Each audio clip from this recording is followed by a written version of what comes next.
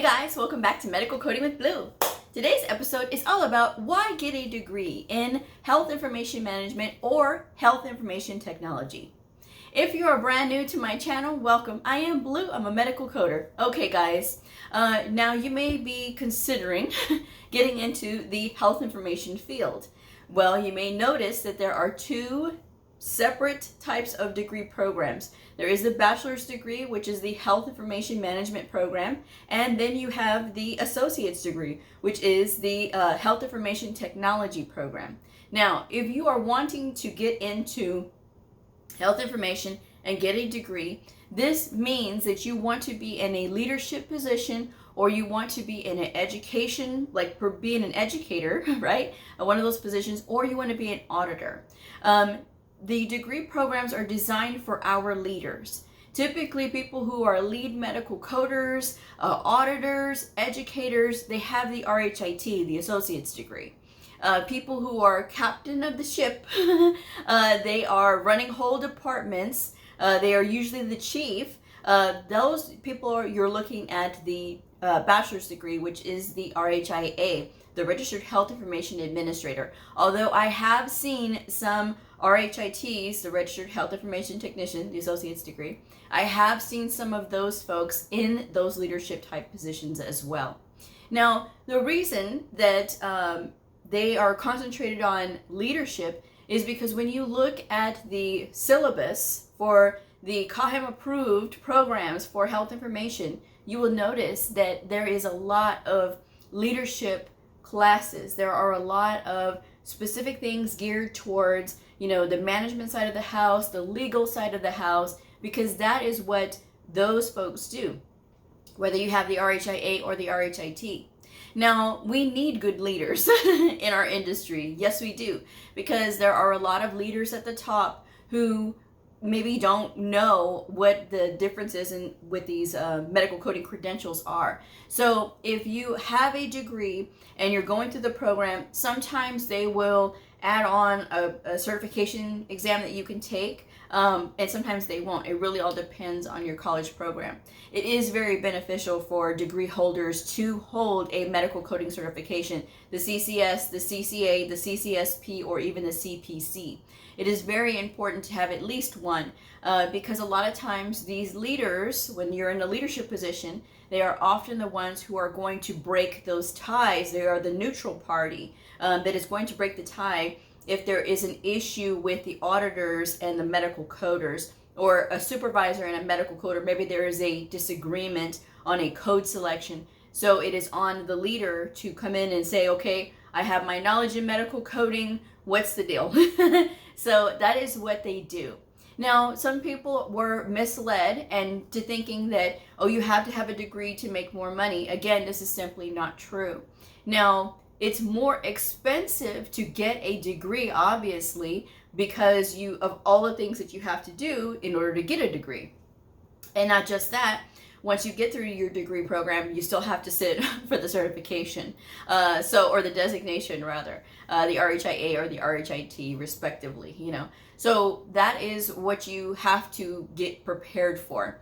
And there's a lot of people out there who get through the HIM program, decide that they don't want to be a leader, so they forego taking the RHIA or the RHIT, and then they go for the certification instead, when you could have gone through just a program through AHIMA or AAPC and gotten a certification that way. Now, some people, unfortunately, I heard that there was a degree holder that thought that they were better because they have a degree. You're not better having a degree over having a certification. There's nothing wrong with certifications. Certifications hold just as much weight and they're just as powerful as degree holders. It depends on what you're doing. So there's a huge difference there. So just because, and I've never been one to say this one or that one is better, even though I do say the CCS is a gold standard, that's not my thing. That's an industry thing. Because this says that you have mastered both inpatient and outpatient coding. I say that the caliber of every medical coder is going to be different. The caliber of every health information professional is going to be different. Just because you have a degree does not mean that you have more knowledge than a medical coder. A medical coder is specifically learning and knowing about medical coding because that is their duty. Now, they may or may not know about the health information side, the management side, and they may know and they may not know. That may be where the health information management professional or the health information technician professional is going to really shine, because that is the technical stuff, the legal side, the management side that they are doing. So if you were told that it is best that you get a degree, that you're going to make more money, this is simply not true, like I said. But where you go in your career and what you do with this degree, you can do a lot of things. There are many more doors that are open for degree holders. It's not just being limited to working in a hospital. You can manage a physician practice. You can do a lot of those kind of clinic management duties type deal. You can always do those. You can always have the ability to be able to teach as well. So become a provider educator or even a educator for other medical coders. That is always a possibility. So if that is something that you're interested in, that is something that, you can definitely pursue those types of things. So I always tell people that if you're going to consider going into the degree programs, it's because you want to level up your career. I always feel bad when I hear people that start their career with a degree and not really knowing what to do with it or how it actually functions, and not really knowing that not everybody has to have a degree in order to get in. There are some facilities that will say, if you have a degree or if you have a medical coding certification, that's great. We'll hire you because they like their degree holders. But if you are working as a medical coder with a degree, the RHIA or the RHIT, and your basic job is being in a clinic or something like that, and you're just doing clinic coding or you're just doing like ER coding, that's technically working under your ability, because you have the ability to manage people, you have the ability to be able to supervise. That may not be what you want, but that is what your degree says that you can do. So that is the difference there. And again, there's a lot of opportunities for degree holders, not just in, managing people, but again, in educating. That is always a possibility. But for those that got into the degree program and kind of stumbled in there, don't get discouraged right away. Don't think, well, I don't know if I can manage people. I don't know how to do the coding. You can still learn. It's not like you're not going to be able to not learn. You just will be learning in a different way.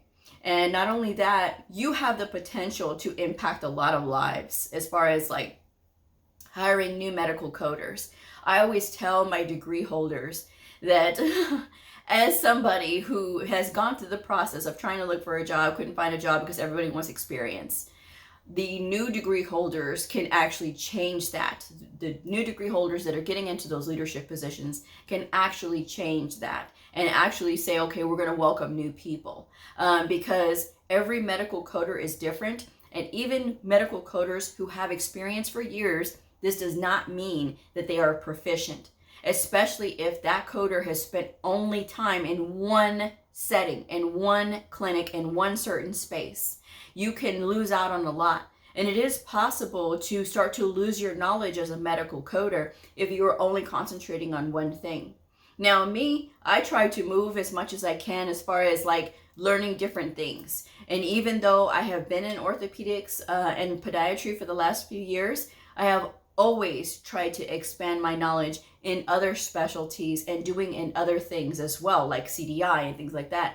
So I've always done an element of CDI, but I have also, done other things as well. So those are the things that when you're looking at getting into this field, if you want to be a medical coder only, and you haven't started your degree program yet, you don't know, you're kind of on the fence, whether you should or you shouldn't, you can still be just as successful and make just as much really good money being a certification holder, right? Getting the CCS, CCA, CCSP, or even the CPC. So you can get any one of those and try it out. And this is another thing I tell people who are potentially thinking about investing all this money into getting a degree. Start off with a certification. See if you even like the field of health information, and then go from there. Because I have heard from and seen many people who said, Bleu, I wish I had never gotten into the degree program because this is not what I want. I want to be a medical coder. And it would have been so much more cheaper to be able to go through a certification program or even train themselves to learn how to medical code rather than going through all that time of schooling. And so again, don't lose heart if you're in this situation. If you've already paid for the school, go ahead and go through the program. Go ahead and sit for the designation, and then go from there and see and explore what your options are. But just know, and this is why I try to put this video out as much as I can on a regular basis. So hopefully people are doing their research and they stumble across my channel. I have nothing to sell you guys. I have just been in the field of health information since in 2008. That was when I first got my certification. I've been studying it since 2007. I started off with the CCA. I currently hold the CCS and the CCSP. And I've done many things in my career, and I still have a long way to go in my career, and I still have a lot of other things that I am doing. Now, I've got some stuff going on in the background. I'm not bringing it to the channel just yet because it's just not time yet. But again, if you are looking to get into those degree programs, that's great because, you still have the potential to be a great leader. You still have the potential to take the industry in a new direction, which is giving new people a chance when they're applying. Now, some people, some new coders, they've gone through these fast-paced medical coding programs, so yes, they are not as qualified. And then by all means, it is okay. But I am talking about the people who are really being diligent with studying, who they can be given a proficiency test, pass that proficiency test, and they just need a chance to get in. Their lack of experience is nothing on them. It's just the industry. So giving them a chance will really help. And I encourage all medical coders, doesn't matter if you went through a fast-paced medical coding program or if you had a really good teacher or even a horrible teacher.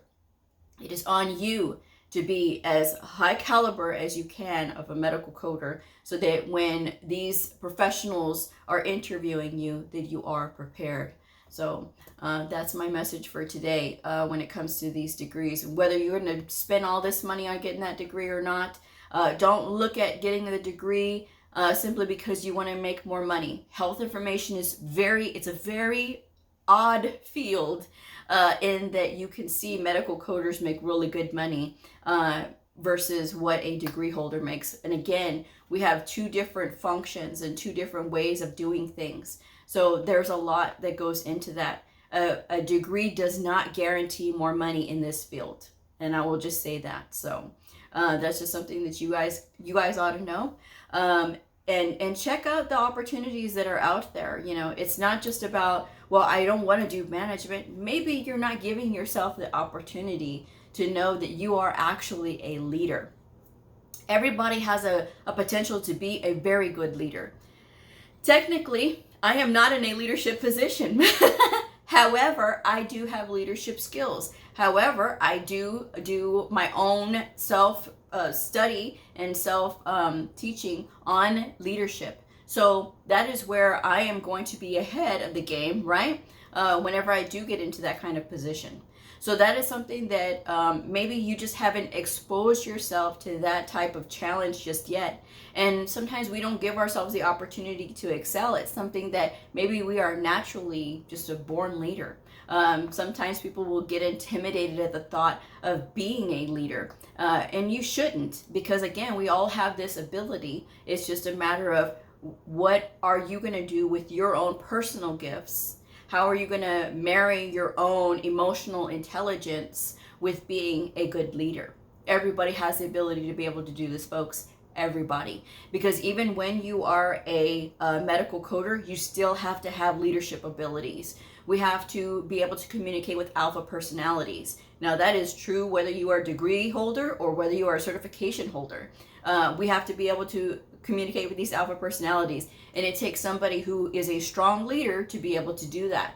Because the worst possible thing to do to a provider when you're trying to communicate is meek down and say, oh, I'm so sorry, I just have a quick question. You will never, ever, ever apologize for working with your provider and being their teammate. Never, ever do that, because these providers are not in 100% control of what's going on.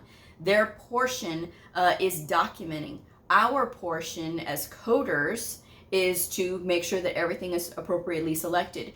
Your position as the health information management professional with the health information technician is to make sure that everything is smooth, that everything is, everybody's getting educated and everybody is being taken care of. That's the job of a RHIA or the RHIT, and to make sure everything is managed and everything is, all the I's are everything, all I's and T's are all crossed, right? So that's what we want to make sure that those leadership folks are doing. So we all have the ability to train. A runner who is an athlete did not get like that overnight, right? They had to train for it. It's the same thing with leadership. And while you may not be able to do that right away, you can change the culture again by sharing your gifts. And so having that kind of calm and having that kind of knowledge going in, like, okay, I know that previously this place was under micromanagement, but that's not how I am. I'm not a micromanager. I am more of like, we're going to trust our folks and we're going to make sure that they are on task, but we're going to give them a little bit more autonomy. And when you are working with adults, some adults need that. I need autonomy. I do not like to be micromanaged. That is the worst possible thing you can do to me, is micromanage me, because I do not function well at all. I need to be able to do what I do because I'm an adult and I can be responsible enough to get my job done and then some, but I can't do that if I'm micromanaged. So that's just my advice to future potential leaders out there, is to work on your leadership skills and become a strong leader. And if you want to end up being a medical coder, that's okay too. You can still get your medical coding certification in addition to your degree. So that is my message for today. And I'm going to go ahead and wrap this one up. Thank you guys so much for joining me. I hope you hit that like button, because it's like a little party now when the little like button hits. Like, subscribe, and share, and I will see y'all next time. Bye.